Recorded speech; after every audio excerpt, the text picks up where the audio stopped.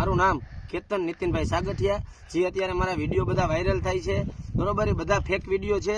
એ લોકોએ મારી માથે આક્ષેપ નાખ્યો છે કે મારી છોકરીને દવા પીવડાવી દીધી, આ તે કોઈ વસ્તુ છે નહીં. અમે બે 4/4/2023 થી પરિચયમાં આવ્યા, કોઈ દાણા જોવરાવવા આવી ને એવું કંઈ હતું નહીં. એના સગા ફૂઈના છોકરા વિકી ગોહેલે અમારા બેનો પરિચય કરાવ્યો. ત્યારબાદ મારા માતાજીના માંડવામાં એનો પરિવાર આખો આવ્યો, એનો ભાઈ બધા આવ્યા હતા, એની બેન ને બધા મારી જોડે આવ્યા હતા.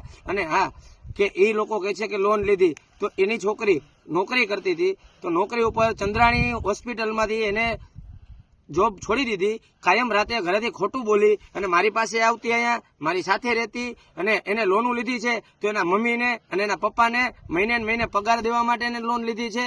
અને હા, જી એમ કહે કે મારી માથે લોન લીધી છે 3 લાખ રૂપિયાની, એ એના પપ્પા માથે લીધી, એ વાત સાચી છે. પણ હા, એને એની ફી ભરી છે, અને એને એકલી નથી લીધી, એને અને એના ભાઈ અનિલભાઈ, જે એના માનેલા ભાઈ છે અનિલભાઈ, એ બે ભાગમાં લીધી છે. એના હપ્તા પણ હું ચૂકવી રહ્યો છું. અત્યારે જે બધી લોનો લીધી છે એના બધાના હપ્તા હું ચૂકવી રહ્યો છું. ગયા જ ગત મહિનાની તારીખે, ગયા મહિનામાં 1,20,000 રૂપિયાના દાગીના છોડાવી, અને તમારે 1,20,000ના દાગીના વિઠ્ઠલભાઈ રાદડિયા બેંક આપણે ચૌધરી હાઈસ્કૂલ રહી ત્યાં છે, ત્યાં તમે સીસીટીવી ફૂટેજ ચેક કરી શકો છો. ત્યાં કોમલ ધીરજલાલ સોલંકી નામના 1,18,000 કે 20,000 મેં ભરીને દાગીના છોડાવી દીધા. એના મમ્મી અવારનવાર ટોર્ચર કરે છે કે હજી દાગીના પીડા એ બધા છોડાવી દે. અને હા, કોઈ એમ કંઈક દાણા જોવા બાબતથી, તો એ બાબતે અમારે કાંઈ છે નહીં. અને એ લોકોએ જે સુસાઇડ નોટ વાયરલ કરી છે, તો એ સુસાઇડ નોટ પોતે ટાઈપિંગ કરેલી છે. એ તો બધા ભણેલા ગણેલા છો તમે લોકો, બધાને ખ્યાલ જ હોય. જે મારી પાસે સુસાઇડ નોટ છે, મને ખ્યાલ નહોતો કે મારા આટલા બધા વિડીયો વાયરલ થયા છે. મને કાલે ખ્યાલ આવ્યો એટલે મેં સુસાઇડ નોટ વાયરલ કરી. અને હા, એના મમ્મીને એને બધાને એવું હતું, તો 6 દિવસ લગીન મારી સાથે લોકઅપમાં હું હતો. 6 દિવસ ત્યાં તાલુકા પોલીસ ચોકીના સીસીટીવી ફૂટેજ ચેક કરી લ્યો, ત્યાં હતી. એના મમ્મીને એને લેવા આવ્યા, પરાણે જબરદસ્તી મારી માટે ફરિયાદ કરાવી અને 151 કરાવી. એ 24 કલાક મેં જેલ કાપી, અને એ મને એને જ છોડાવ્યો. તો જો એના મમ્મીને એને હેરાન કરતા ના હોય તો એ શું લેવા એની સાથે ના ગઈ. એના પપ્પા દારૂ પીને ડેલી ઝઘડો કરે છે, એના મમ્મીને મારે છે, એટલે એ કંટાળી ગઈ છે, મારી સાથે જ રહી છે. અને એના મમ્મી ડેલી ફોન કરે છે, ડેલી. અને આ બનાવ બન્યો ત્યારે એનો માનેલો ભાઈ યોગેશ ગોહેલ, જે ભગવતી પરામાં જ હાલ એની બાજુમાં જ રહી છે, અને એની બેનનો દિયર થાય છે, એ પોતે ધાણી ખજૂર ને બધું દેવા આવ્યો હતો. ઠંડુ પી અને હું અને યોગેશ અમે બે બહાર નીકળી ગયા. અને ત્યારબાદ કલાક પછી એનો મને મેસેજ આવેલો, અને ત્યારબાદ ફોન આવેલો કે કેતન મને ઘરેથી લઈ જાવ. અને હું ઘરે ગયો, ત્યાં એને આ પગલું ભરી લીધું હતું. એના ભાઈ એનો ભાઈ યોગેશ ગોહેલ રહ્યો, એને પૂછવાની છૂટ છે, એનું રેકોર્ડિંગ છે મારી જોડે. અને મેં કાંઈ આ બનાવ નથી બન્યો. અને સુસાઇડ નોટ એના મમ્મીએ જે છે એ પોતે ટાઈપિંગ કરેલી છે.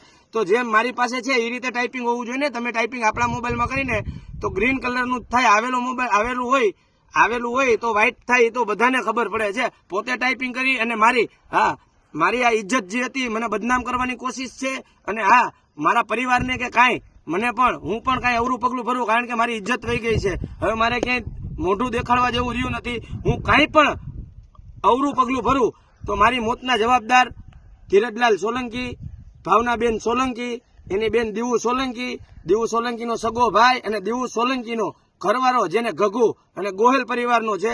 આ 5 જણાની રહેશે. મને કોઈ પણ વસ્તુ થઈ, કાંઈ માનહાની થઈ, તો એ બધીની જવાબદાર આ 5 રહેશે. હું લાઈવ ડીડી પુરાવા સાથે તમને બધાને વિનંતી કરું છું કે હું નિર્દોષ હતો. એની માના ત્રાસથી દવા પીધી છે. અમે નીકળ્યા ત્યારબાદ એની માનો ફોન આવેલો. એની માનો ફોન આવ્યો ત્યારે હું હાજર નહોતો, એનો ભાઈ ભેગો હતો. એનો ભાઈ જે હતો એની સાથે હતો. એની માનો કોલ આવ્યો, 5 મિનિટ 39 સેકન્ડ વાત કરેલી છે. જે પણ હું તમને સ્ક્રીનશોટ રૂબરૂ હમણાં મૂકીશ. અને એને જે મને મેસેજ કર્યો હતો બુધવાર 13 તારીખ 6 ને 11 કે 8 એવી રીતે એને મને મેસેજ કર્યો હતો. તરત હું ઘરે ગયો, ઘરેથી સીધી એને હોસ્પિટલ લઈ ગયો. અને ચક્કર આવવા માંડ્યા હતા, 2-3 વાર બાઇકમાંથી પડી ગઈ. ત્યારબાદ હું એને રિક્ષામાં મારા ફેમિલી સાથે એને હોસ્પિટલ લઈ ગયો. અને એની છોકરીની જો એવી બધી પડી હોય તો એ લોકો માથે કેમ ના રહ્યા? 3-4 દિવસ 13 તારીખથી 18 તારીખ લગી મારું ફેમિલી હું માથે હતો, તો અત્યારે લગી એને દીકરી કેમ યાદ ના આવી? આ લોકો બધા મને બદનામ કરવાનું છે. અને હા, આની પહેલા પણ આ લોકોનું આવું જ છે ષડયંત્ર. આ બધા લોકો રહ્યા. આની પહેલા પણ એની બેન સળગીને મરી ગઈ છે. ત્યારબાદ એના ભાઈએ આત્મહત્યા કરી છે. જે નિર્દોષ છોકરી, લજાઈની નિર્દોષ સારેસાની છોકરી છે, જે અહીંયા હાજર પણ નથી, 1 વર્ષથી એના માના ઘરે હતી. અને આની જોડે મેરેજ કરીને આ લોકો સોલંકી પરિવારના લોકો ફસાવે છે. ત્યારબાદ આ છોકરાએ આત્મહત્યા કરી તો પણ ઓલી છોકરીને નિર્દોષને હલવાડી દીધી હતી, એમ મારી માથે પણ જેવું દીકરી માથે થયું હતું એવું થઈ રહ્યું છે. અને હા, અમારે બીજા કઈ રિલેશન કોઈ વસ્તુનું કઈ કજિયો થયો નથી. તમે 50 જણા પુરાવા જોતા હોય અને મારા ફેમિલીમાં બધા આગળ રહી છે એવા વિડીયો મારા માંડવાના, મારા ફેમિલી સાથે અમે મેરેજમાં બધે મારી સાથે જ રહી છે. અમારા બેને કાંઈ કોઈ દિવસ કોઈ માથાકૂટ થઈ નથી. અને હા, એ એમ કહે છે કે મારી છોકરી એની પાસે ગઈ પછી ધૂણવા માંડી. એ વાત સનાતન ખોટી છે. એની છોકરીએ કેટલી વાર એના ઘરે ડાકવાળા બધા આવેલા છે અને એ પોતે આ બધેમાં માનતા. અને એ ભાવનાબેન જી એમ કહે છે કે મારી છોકરી માથે કરી નાખ્યું છે, એ પોતે પણ આ વસ્તુમાં એના ઘરે કેટલાય ભુવાને લેવા છે એવી રીતે કરી નખાતું હોય તો ગામની કેટલી દીકરીઓ એની માથે ના થઈ જાય? આનામાં શું હોય? એવું કરતા આવડતું હોય તો અત્યારે. અને હા, એ એમ કહે છે કે રૂપિયા ખેરું, તો રૂપિયા હું ખેરી શકતો હોય તો મારી પાસે મર્સિડીઝ ને એવી કાર હોય. આ બધું ઉપજાવેલી સ્ટોરી છે.